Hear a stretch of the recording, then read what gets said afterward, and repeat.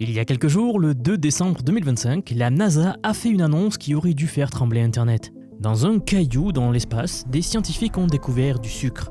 Pas n'importe quel sucre, du glucose. Celui-là même que votre corps utilise en ce moment pour regarder cette vidéo. Et c'est la première fois dans l'histoire de l'humanité que l'on trouve du glucose dans un échantillon extraterrestre. Mais attendez, parce que ça, ce n'est que le début. Parce que dans ce même astéroïde, les chercheurs ont aussi trouvé une sorte de chewing-gum spatial vieux de 4,5 milliards d'années. De la poussière d'étoiles mortes bien avant la naissance du Soleil. Et un acide aminé qu'on croyait impossible à former dans l'espace. Restez bien jusqu'à la fin car ce que ces découvertes révèlent sur l'origine de la vie va probablement vous faire reconsidérer notre place dans l'univers. Au passage, si ce format vous aide, pensez à vous abonner et à vous inscrire à la newsletter. Je vous y envoie un résumé clair de l'actu de lundi à vendredi. Et pour les analyses en temps réel, rejoignez-moi sur x.com. Alors commençons par une question fondamentale. D'où venons-nous ?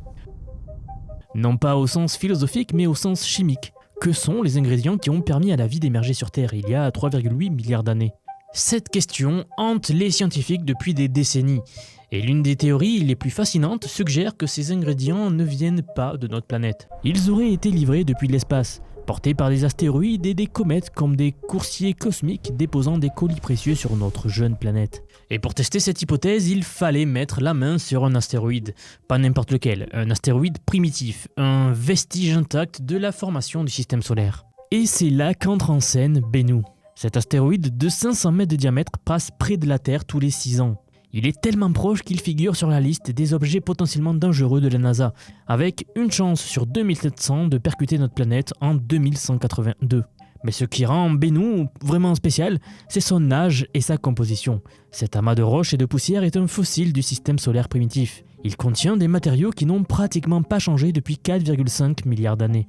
En 2016, la NASA a lancé la mission Osiris-Rex avec un objectif audacieux, aller chercher des échantillons directement sur la surface de Bennu et les ramener sur Terre. 7 ans plus tard, en septembre 2023, une capsule contenant 121 grammes de matière extraterrestre s'est posée dans le désert de l'Utah.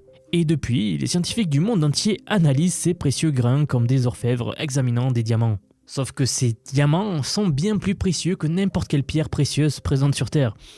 Ils pourraient contenir les réponses aux questions les plus fondamentales sur l'origine de la vie. Les premières analyses ont été publiées en janvier 2025 cette année et avaient déjà fait sensation.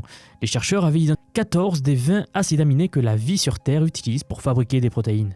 Ils avaient également trouvé les 5 nucléobases qui composent notre ADN et notre ARN, ces fameuses lettres A, T, C, G et U, qui encodent l'ensemble de l'information génétique de tout ce qui vit. Alors maintenant, voici où ça devient vraiment intéressant. La semaine dernière, une équipe dirigée par José Aponte au centre Goddard de la NASA a annoncé la détection d'un 15e acide aminé, le tryptophane. Vous savez, c'est une des molécules présentes dans la viande par exemple. Le tryptophane, c'est l'un des acides aminés les plus complexes. Les scientifiques pensaient qu'il ne pouvait pas se former naturellement dans l'espace. Et pourtant, le voilà, présent dans les échantillons de Bennu. Pour la faire simple, cette découverte suggère que la chimie prébiotique dans l'espace était bien plus sophistiquée qu'on ne l'imaginait. Mais attendez, ce n'est pas fini. Il y a 3 jours, 3 nouvelles études publiées dans Nature Geoscience et Nature Astronomy ont révélé des découvertes encore plus surprenantes. La première concerne les sucres. Une équipe japonaise dirigée par Yoshiro Furukawa de l'université de Tohoku a identifié du ribose, le sucre qui contient 5 carbones qui forment le squelette de l'ARN. Mais surtout, et c'est une première mondiale, ils ont trouvé du glucose à 6 carbones. Le glucose, c'est le carburant universel de la vie. Je ne vous apprends sûrement rien là-dedans. Presque tous les organismes vivants l'utilisent comme source d'énergie. Savoir que cette molécule existait déjà dans le système solaire primitif change complètement notre perspective sur la disponibilité des ingrédients de la vie. Et voici un détail fascinant que les médias ont peu mentionné. Les chercheurs n'ont pas trouvé de désoxyribose, le sucre qui compose l'ADN, uniquement du ribose, donc le sucre qui compose l'ARN. Cette absence est en réalité une information capitale. Elle soutient l'hypothèse du monde ARN, une théorie qui suggère que les premières formes de vie utilisant uniquement de l'ARN pour stocker l'information génétique existaient et que l'ADN est apparu bien plus tard dans l'évolution. Bennu nous raconte donc non seulement d'où viennent les ingrédients de la vie, mais aussi comment elle a probablement démarré. La deuxième découverte majeure est carrément bizarre. Les scientifiques ont trouvé dans les échantillons une substance qu'ils ont surnommée le Space Gum, littéralement le chewing-gum spatial. C'est un polymère riche en azote et en oxygène qui n'avait jamais été observé dans aucun matériau extraterrestre. Scott Sanford, du centre de recherche Ames de la NASA, a décrit cette substance comme l'une des premières transformations chimiques ayant eu lieu sur l'astéroïde parent de Bennu, il y a plus de 4,5 milliards d'années. Ce polymère s'est formé quand l'astéroïde a commencé à se réchauffer, créant des conditions permettant à l'ammoniac et au dioxyde de carbone de réagir ensemble. Une fois souple et flexible, cette gomme spatiale s'est ensuite solidifiée. Les chercheurs pensent que ce type de molécule complexe aurait pu servir de précurseur chimique pour déclencher l'apparition de la vie sur Terre. La troisième découverte concerne la poussière d'étoiles. Pas n'importe quelle étoile. Des étoiles qui ont explosé en supernova bien avant que notre Soleil n'existe. L'équipe de la scientifique Anne Nguyen au Centre spatial Johnson de Houston a analysé ce que l'on appelle des grains présolaires. Ce sont des particules de matière stellaire qui ont survécu à la formation du système solaire. Eh bien, Bennu en contient 6 fois plus que n'importe quel autre matériau spatial étudié jusqu'à présent. Cette concentration exceptionnelle suggère que l'astéroïde parent de Bennu s'est formé dans une région particulièrement enrichie en poussière d'étoiles mourantes. Prenons un instant pour réfléchir à ce que cela signifie. Quand vous regardez ces images des échantillons de Bennu, vous observez littéralement de la matière plus ancienne que le Soleil. Des atomes forgés dans le cœur d'étoiles qui ont explosé il y a peut-être 5 ou 6 milliards d'années. Et ces mêmes atomes-là ont fini par se retrouver sur un seul caillou spatial qui passe régulièrement près de la Terre. Vous le savez sans doute, mais l'astronomie a parfois des allures de science-fiction. Sauf que c'est bien réel. Les échantillons de Bennu ont également révélé des traces d'eau anciennes. Les analyses ont montré que jusqu'à 80% du matériau contenait des signes d'interaction avec de l'eau liquide. Des argiles qui ne pouvaient se former qu'en présence d'eau étaient présents. Les chercheurs ont même découvert des cristaux de carbonate de sodium. C'est un type de sel que l'on trouve habituellement dans les lacs asséchés sur Terre. Tim McCoy, un très grand conservateur de météorites au Muséum d'histoire naturelle de Washington, a travaillé sur les météorites pendant 35 ans.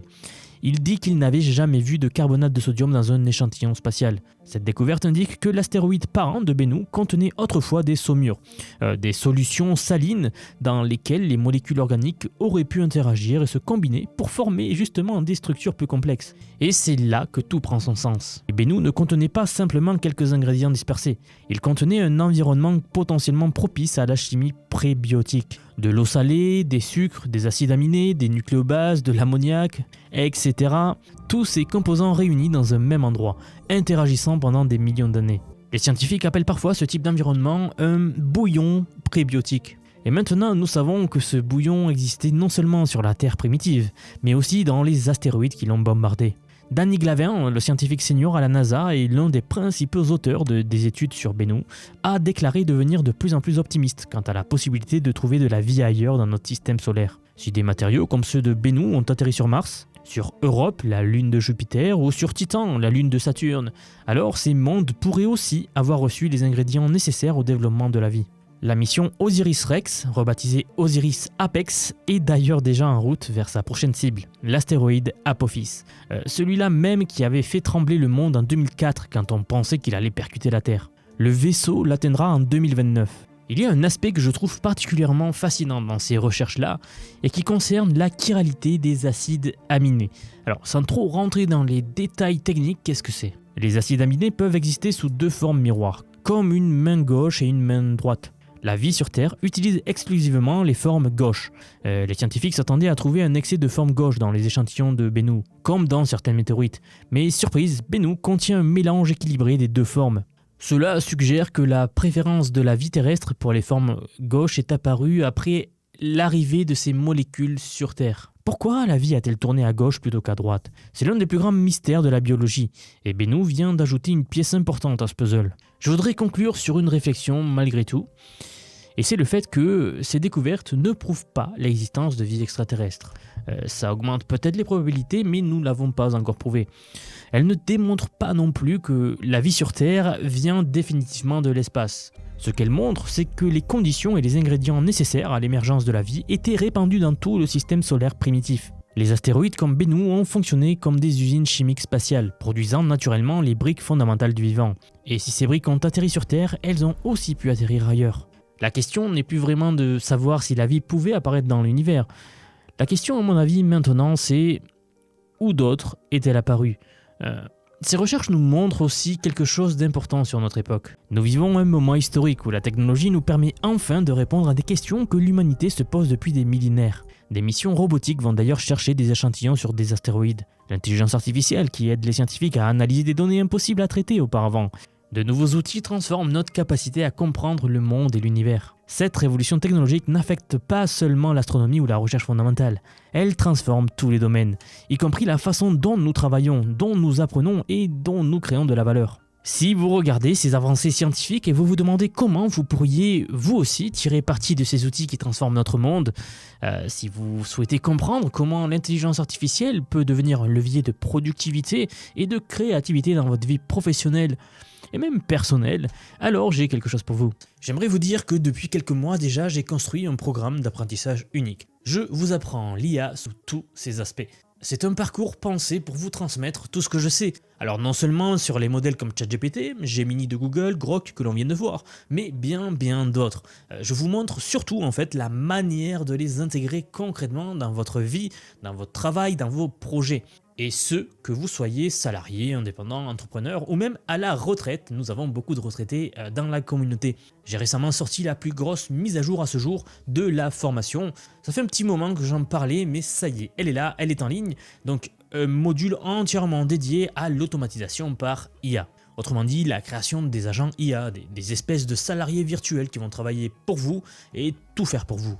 En somme, vous faire gagner des heures et des heures et des heures. Vous êtes déjà plus de 4500 personnes à avoir rejoint ce programme, donc nous approchons des 5000, merci pour le soutien. Et enfin, sachez qu'il n'y a pas besoin d'être développeur, pas besoin d'avoir un profil technique, je vous prends par la main, et pas à pas avec des leçons vidéo claires, des cas pratiques concrets, on voit tout ce qui touche à l'IA. Dernier point, mais pas des moindres, si vous nous rejoignez aujourd'hui, vous aurez accès à toutes les évolutions du futur sans surcoût, accès illimité à vie à tout ce que je veux vous apprendre. Donc aujourd'hui c'est un paiement unique, ce n'est pas un paiement mensuel, c'est juste un paiement unique et vous aurez accès à vie à toutes les mises à jour que je vais faire en permanence et que je fais en ce moment même. Si cela vous intéresse, vous avez les liens en dessous de la vidéo, donc soit en description, soit en commentaire épinglé pour nous rejoindre. Dans tous les cas, moi je serai très heureux de vous accueillir dans le programme. Si vous êtes encore là, merci d'avoir regardé jusqu'au bout et je vous dis à très vite pour la prochaine vidéo.